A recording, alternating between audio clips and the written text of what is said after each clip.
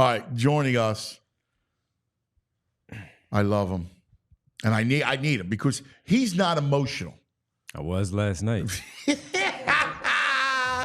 Say hello from the PHLY Sixers show to my main man, Devon Gives. I'd rather talk about Trot Jr. Dude. I remember we used to sit there during the show. Before the show, we would do the pregame show together, me, him, and Michael Bradley.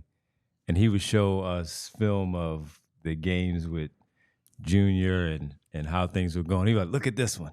He got thrown out for this. You know what the greatest is? The four he's tackles. So happy. He's more happy. That's why I love him. Yeah, he's more happy about his son 100%. than anything he did. 100%. And he was an incredible player. That to me is he's a great dad. Yeah, it's the best. I'm so happy for him. I know. And we're going to get to him, and I adore him, and I love Junior as well. This portion of the program is brought to you by the Bet Park Sportsbook and Casino app. All right, let's get to it. All right, we make some sense? Let's start with the inventive way in which they lose games. Mm-hmm. Like, I brought it up in the opening. We lost the Hawks game, the Kawhi game, the Game 6 last year. Can you make sense of last night? Like, how does that happen? How do you not protect a lead like that, Devon? Doc Rivers is in Milwaukee. You can't blame Doc. So I think it was about 109 after Maxey hit the three-pointer to put them up, and take the lead. And I looked at Roy Burton and Rich Hoffman, who, as we were doing our watch-along last night, and it was a great shot. Sixers in a great spot after the make from Maxey. And later on, you get the Lowry free throws. But I looked at both of them and the audience that hung out with us last night. And I said, yes, this is great that they have a lead. And Maxey did what he needed to do, playing through it. This is his flu game, as everyone kept calling it last night. But they always find a way. They never make me comfortable towards the end. I didn't know it was going to be an epic collapse, and add that to the ones that you just laid out from the Hawks, Raptors, and the Celtics. But that is now certainly a part of the history of this franchise with how they did it. Now, the difference here is they have an opportunity to still play 5 more games, or in this case, win 4 in a row. But that one, to drop that, and I'm not one to say they should be up 2-0. You're supposed to win one of those games. Yes. And the way it played out, of course, you were supposed to win one of those basketball games. That's how it was supposed to be. And for them to drop it the way that they did, for the ball not to cross half court again until the final possession there where Maxey had the one block, but then the final possession where they tried to get the 3-point shot. Let's go. Let's do this. All right. Unbelievable. It is unbelievable. Let's take let's go in stages because we'll get comfortable. That's amazing too. This is like an origin story here that you can write of how that last minute 09 played out. It's unbelievable. Right. I got it. Oh, you already did. Yeah, there you go. Right That's the origin story right there. Right. Yep. It's right here. So let's go through it, okay? Because there's a million things. Get comfortable. You're going to be here for a while. All right. All right? Let me take this. So, by the way, the jacket, fire. That jacket is fire. Thank you. Probably not good that I'm wearing an NBA jacket right now. But pissed off at the officials, but yeah. Well, we should be. By the way, it was the freaking Lufthansa heist. All right, but unfortunately, you can't even cry officiating because they lost. Sour grapes. You know, you can't do it, even though it was horrific. But let's start with it. Tugging on the jersey. So Maxey, I got the still shot. We all went back and DVR'd it and went back and watched it and screenshot the tug like this. It's the same as Embiid's in game 1. Yeah, I mean, it's unbelievable, right? It's outrageous. Yeah. But let's look at it. Let's go. So Maxey hits the 3, God bless him, right? And Lowry, right, there's a miss. Lowry gets ripped. They had an offensive board. Another miss. Yes. Remember, because the challenge happened, the second challenge that was unsuccessful, which gave the Knicks back the ball. By the way, it took one of the 2 timeouts that Nick Nurse had left. I know. We'll get to that as we go along. But which, by the way, that's where your second one went. Right. By the way, he was successful in the first challenge. I agreed with. That one, it was a clear foul. Yeah. Like, you can't, and you had a foul to give, cuz. I know. Like, if you have a foul to give, why are you challenging that? Yeah. I don't know.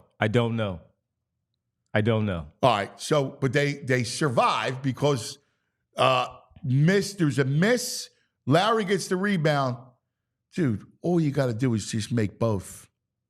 And after you got to make both, cuz. And after he split the other 2 free throws that he had before, I was sure that him being in this spot before, that he was going to step up to the line and knock both of those down. He knocked the first one down, and I thought there was no doubt about it that he was going to knock that second one down and push it to a 6-point game at that point.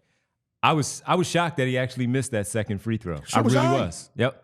So was I. Because he split the pair before. There was no way he wasn't going to make those. And listen. And we were talking about closing lineups. Yes. And we were going back and forth with the viewers and what's the closing lineup? And I'm like, Lowry's in there, probably Oubre or Harris, depending, and definitely Batum, Maxey, and Embiid. It was just a toss-up of whether it was going to be Oubre or Harris in the game. Correct. At that point. But Lowry had to be in the closing lineup because you need that extra ball handler. Of course. His veteran leadership. Yes. And he's been in those spots before where I thought if you got to that kind of point where we're talking about here with those free throws, that he was going to knock those down. Exactly. Yeah. And I'm still stunned he missed that. I am. And you know the difference because you always look at the game from a cerebral standpoint. And being up 6 versus 5 it's a mind bleep, right? It really does. Like, it means something being up 6, which is 2 full possessions, 2 threes, and knowing that you're going to have to foul. It's like, it's almost, you're this close to give up, right? Like, there's always a point in a game where it's a give up time, right? And 6 just puts you on the precipice of give up, right or wrong. No, you're absolutely right. Because, again, just to go back to it, we were like, they're either going to lose by 1 or they're going to win by 1.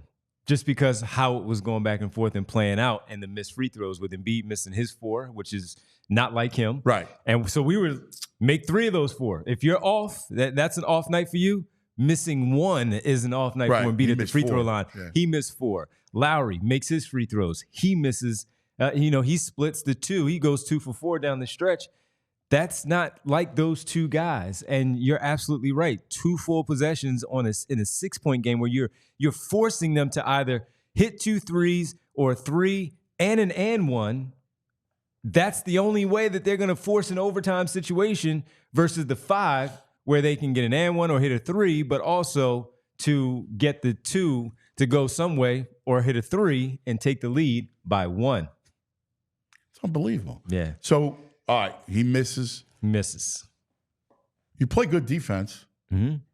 He got the steal, by the way, laying on the ball on the floor at about 35 seconds. Was it 35? Yeah. I think it was about 37 seconds. Yeah. Lowry stripped Brunson. Yep. Dove to the floor on top of the basketball, but DiVincenzo somehow comes out of that with it because Hart is fighting Lowry for the ball and it skates away to him. Yeah. Because at that point you're going, I've seen this a million times, right? Like, this is how the whole thing happens, and Sixer ball, and game's over. Right. Well, somehow the ball, thanks to the magnet that the NBA has in that basketball, winds up to the Knicks, and then Brunson, dude, I don't understand this shot because that shot was short. How did that bounce happen? Good rotation on the 3. Good rotation. I know, but I just no. Wanna, I mean, I want to cry. That's my about only it. response. I know. I want to cry about it though because it's like I don't know about you. It's short. Yeah. When it bounced up, I was like, that's coming off. Yeah. Now secure the defensive rebound. Right. That's where I'm going. Right. Exactly. I did the same thing. Yeah. But somehow the rotation backwards like a Kawhi piece. Yeah. That's a Kawhi piece. Mm-hmm. Yep. And it goes in. Yeah. All right. So now let's get to Nurse because I go, all right, I understand what you're thinking that you want to try to quick inbounds to Maxey. Now, I would have called timeout and advanced the basketball right off the bat. It's just so much easier to inbound. You have the whole court to work with, right, when you move it up. All right, but I get your idea. If you're Kyle Lowry, you have to call timeout. Like if you see that Maxi's covered like he is, instead of forcing, you gotta stop and call timeout. Forget about Nurse calling timeout for the bench. The official looked at him and didn't respond. You're Kyle Lowry. You're a veteran. You just go like this. Timeout. And that's it. I agree 100%. And that's where I went first because last night I went first there. And because of that, it was a made basket. So you can run the baseline, which he was. Yep. But he retreated from the left side of the baseline and only went to the right side of the baseline, where now you just have Embiid in the middle. Yep, you're cut off. And Maxey on the one side. Meanwhile, Batum and Harris are on the other side. Yep. Let's just call that the weak side at this point because of how far it was.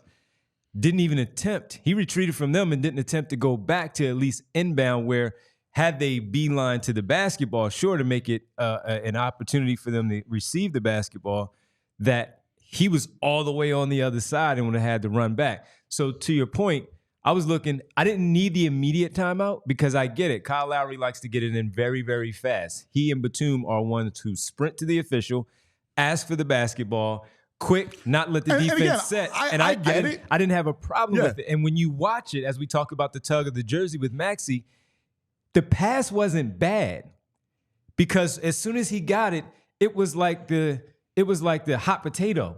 It wasn't grab it and fling it. He tried to make it a soft enough pass for him to secure it.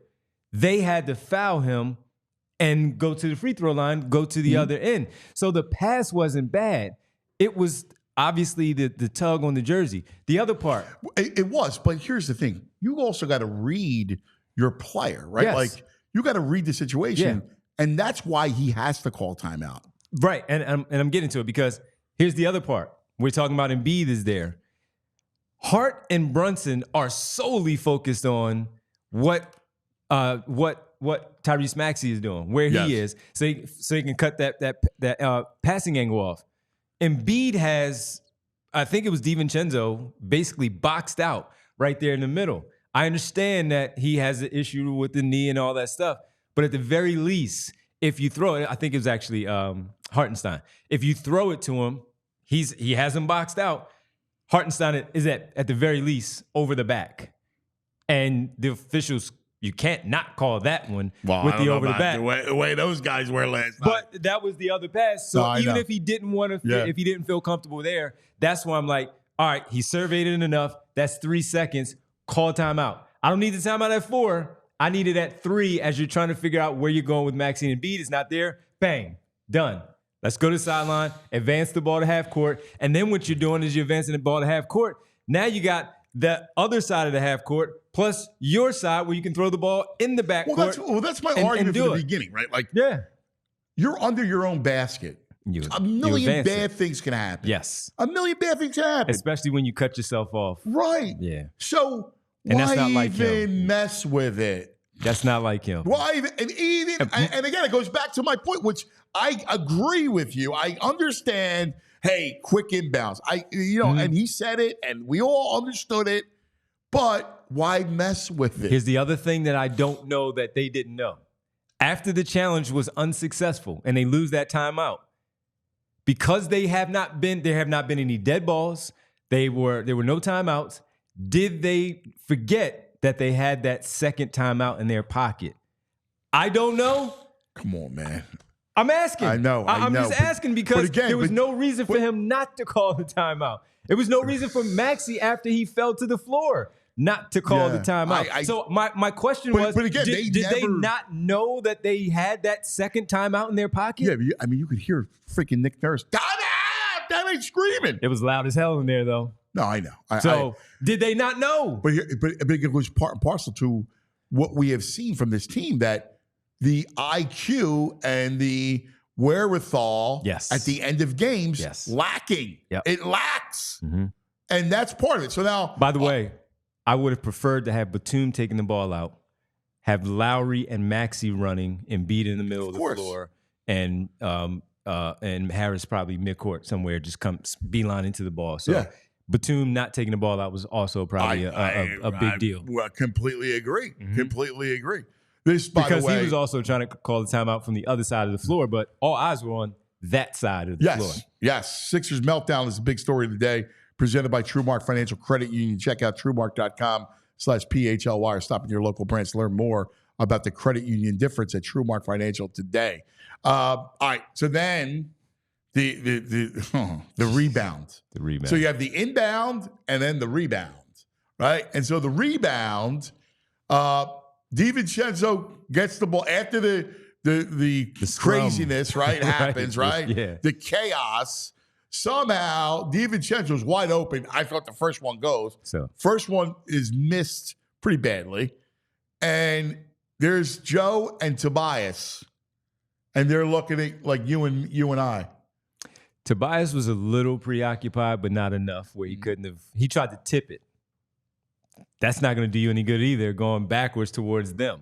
So he tried to tip it. And B was boxing out, I think, Anunoby. Yes. So the problem, too, is when you look at the replay, is Batum, as good as he is and has been, and we've talked about him, he boxed out no one. Yep. Hartenstein, free run from the three-point line, straight down the middle, no resistance, no body, no tag him, nothing. And he just, when you have that angle and you have that free run there, if it bounces properly, that's your basketball. Yep. And that's why it was his basketball. Yep. And he got it to Anunoby, who then kicked it back out to DiVincenzo to knock down that jumper. And you knew it was going in after that. And right, the body, you had to put a body on someone. We kept saying it last night. Put a body on someone. Rich is going crazy. That's on Tobias and Joel, right? That's on Tobias and Joel because he's right. And my question, the guy can't jump. Box. Now, he did have a body near him. So he's boxing, but somebody has to, at least you got to sacrifice. You have, I don't know how much he had no lift. Yeah. But you got to find a way to get off that right foot and jump. And here's the problem, too. When it comes to Joe with that rebound, he didn't have a single rebound in the second half. No, he had 10 in the first quarter. Yeah. 10 in the first quarter. So he didn't have a rebound in the second, third, fourth quarter. I mean, it's like you can't make that up. No. Right? Like you can't make it up. But here's why, and I know a lot of people are putting it on Embiid and stuff, and I can't do that. All right? Devon, when you look at that team, nobody stepped up. Like Tobias, ghost. Oubre, weak. Buddy Hield, weak. Like, nobody stepped up. There's not one of the real player. When Embiid is on the bench during that stretch in the third quarter, which I agreed with, I liked how Nurse did his rotation. And he got him the blow then, right? And he actually made a great coaching move by bringing him back at the very end of the third quarter to try to steal a possession going into the final quarter. But did you see how they ran that offense? They ran their offense without Embiid. They were 35 feet from the basket. It was Maxey heaving up prayers at the end of the shot clock. Because he's the only one. That's it. He's the only one that they respected. They were defending him that way, and they were going to live with 35-footers or 35-footers that turn into him putting his head down and running, but he's up against the shot clock now, and he has to get a shot off. And he made some really good passes. Far they pushed them out? Yes, and he made some good passes on some kick passes to the corner, some diagonal passes where they had some open looks. He had 9 assists last night. And we were talking about this. He should have had 15. And when they had their 20 made field goals, and they had 17 assists on their 20 made field goals at the break. They were doing a phenomenal job of sharing the basketball. Yes, the issue was, again, they fell apart in the defense and the rebounding. The issue is nobody else could knock down a shot. Nobody could knock down a shot at all. Nobody could knock down a shot. Like, here's where I was mistaken. I went, well, going into this year, and you and I talked about it. I was like, wow, they role players. Listen, Oubre's fearless. He's Tobias' skill set, but he's fearless. What happened to Oubre? I don't know. And the way he talked going into the series before they left to go to New York, he needed to back that up. Defensively, he's been really good. I give him that. But if you're a two-way player that we've seen the last couple of months with the way that he has played basketball, that is unacceptable for you to get 10 points in the first game and then, I don't know, 4 last night.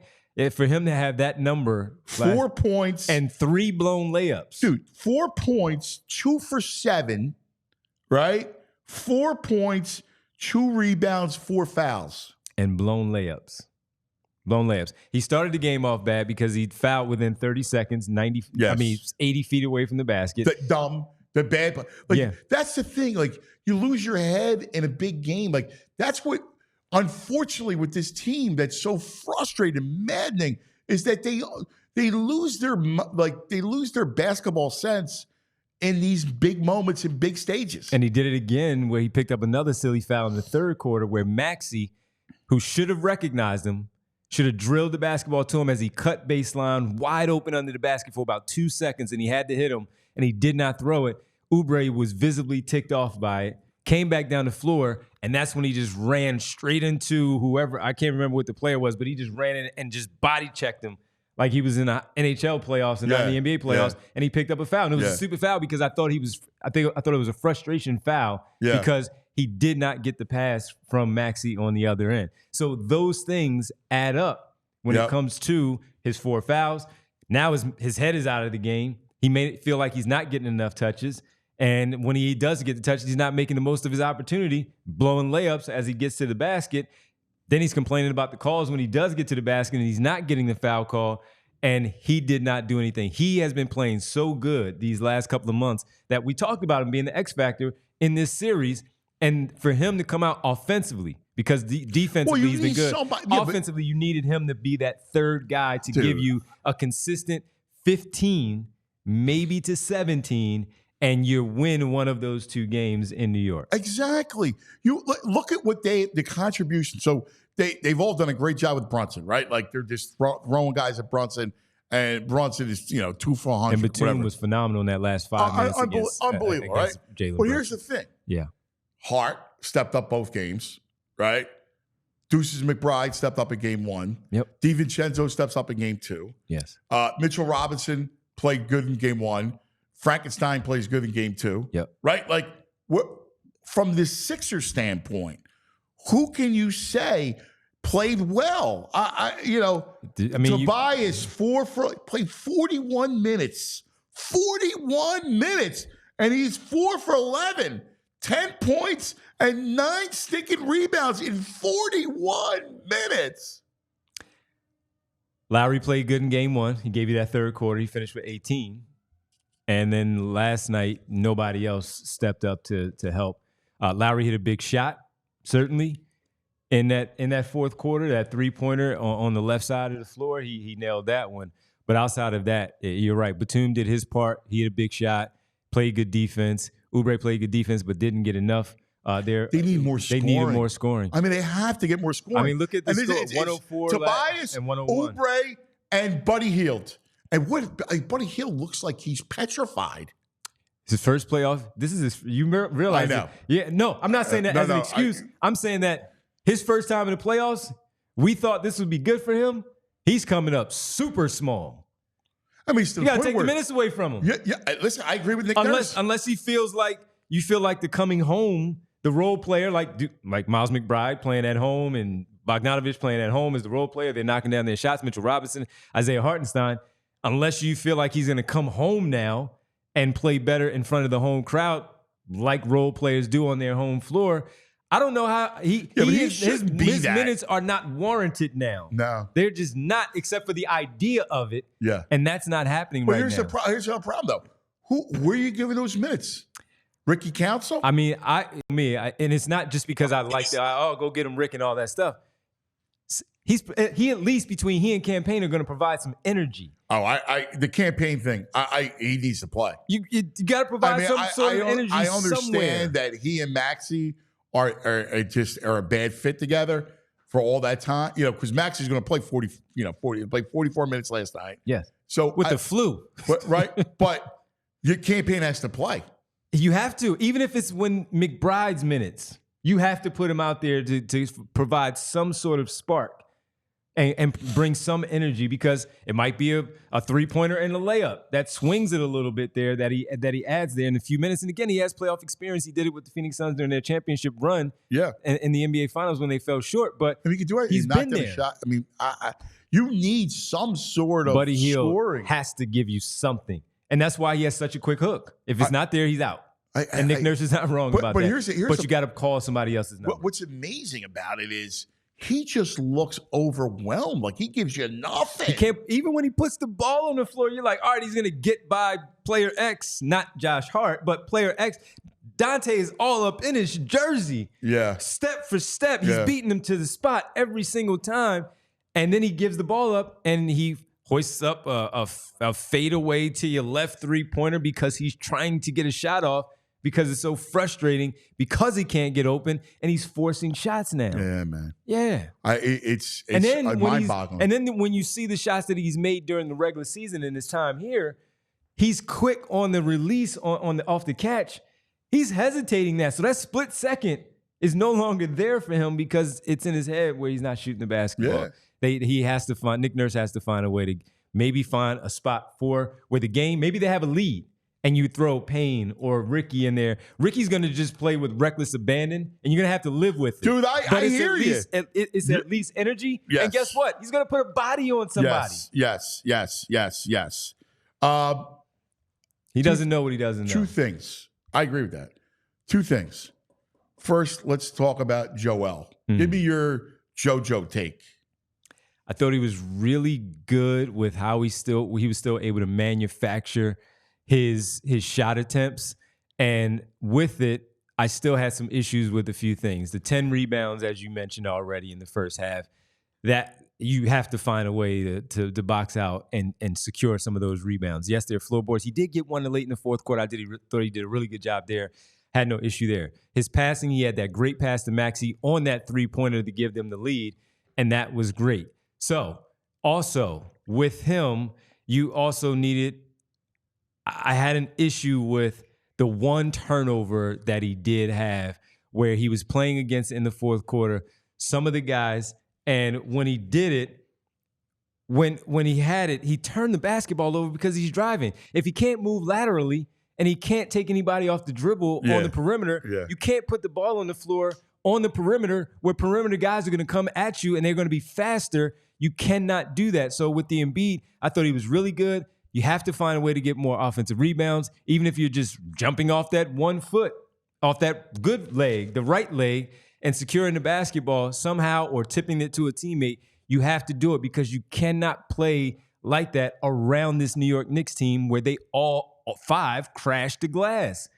We talked about before. Thibodeau is one of the few coaches that's not afraid of a run out, and he's going to muck it up, and he's going to crash. He sends all 5. Yeah. He sends all 5. So Embiid is really good. He was really, really good. To get the number of points that you got out of him on one leg is fantastic. But he also can't force some of those shots too. He's taking a fadeaway off the bad leg, where he's not getting the lift that he's accustomed to. But you know what's weird? Because their offense is so disjointed. Like when he's not on the floor, they have no prayer to score. I know. But he was so like I almost have to live with 9 threes. I'll be honest with for you. him to take a rep because the offense is you can't score without him on the floor. I'll be honest with you, and it's going to be, you're going to kill me, and Derek killed me last night, which was in that final 2 minutes, because he couldn't move. I know he made the pass to Maxey. He couldn't move. I was like, I got to get him off the floor just because he couldn't move. They needed rebounds. I hear you, dude. But again, if I had anybody else. He's the best player, but if I had anybody else I could lean on in that situation, maybe I hear you, but I can't do that. I'm sorry. I know, and you're not alone. I know a lot of people are saying the same thing about the guy. I can't do that. Because I thought there would be enough dead ball situations with the 2 timeouts. To give him a rest. Give him a rest. At least have, let's say, Reed is in there for a possession, for a rebound. He's horrible, dude. I got it. He's horrible. I got it. If I hear that one more time, we'll play a B-ball Paul, and I love the kid. No, I'm not saying that. I'm saying he just doesn't know where he's at on the floor. I'm saying spot just because he had nothing. He couldn't jump. I know. He can't jump. I know. But I know. I mean, and all right, the other thing is, so where do we go from here? Like, because here's the one thing. This Knicks team's not very good. They're all heart, and that's no pun intended. They're great, and they're tougher, and they've proven tougher, and they have, beat you up, and they've won games, right? They beat you up mentally. Coming back to Wells Fargo, series isn't over. It's not over, So what adjustments do you make coming home? But man, that one felt like 2 losses last night. Where It did. It felt like 5 losses. It felt, again, it's so fresh. You can be defeated. The wound, after that. It's still oozing. I see it. Yeah, right there. You see it? Oozing. It's oozing. But you feel deflated after that. Oh, yeah. Now, the good thing, they do have 2 days off. Yeah, no, that's huge. To not have to play tomorrow Correct. and to play Thursday helps him. Yeah. Maxey hopefully feels better, and B, whatever they do to get him ready to go.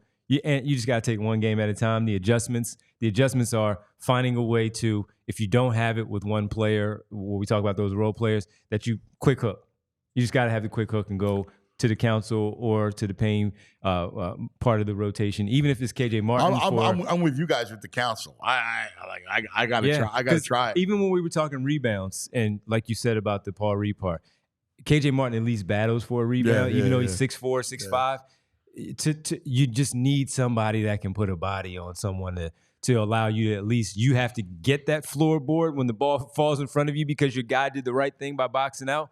But some nurse has to find another way to dig deeper into his bag. You got to get more scoring. You need somebody. That's where the Payne piece comes in. Even if it's 7 points. Yes. But Harris. You need that right now. You need that 7 points Harrison right now. Oubre. I can't even look to Buddy Hield right now. If he makes the shots, he makes the shots. But it's on Harrison Oubre. They have to do something. Yeah, I'm with you, brother. Love you, brother. We've been doing this a long time. Yeah, man. So another one. Add this one to the list. Yeah, it's just it. I mean, I did the whole thing. Add this you know one what? to the They're list. so good at losing, like finding different. Like I'm jealous of their creativity in which they lose. Yeah, I wish and there rip was our hearts out. I wish there was no jealousy. We all silly like the mayor.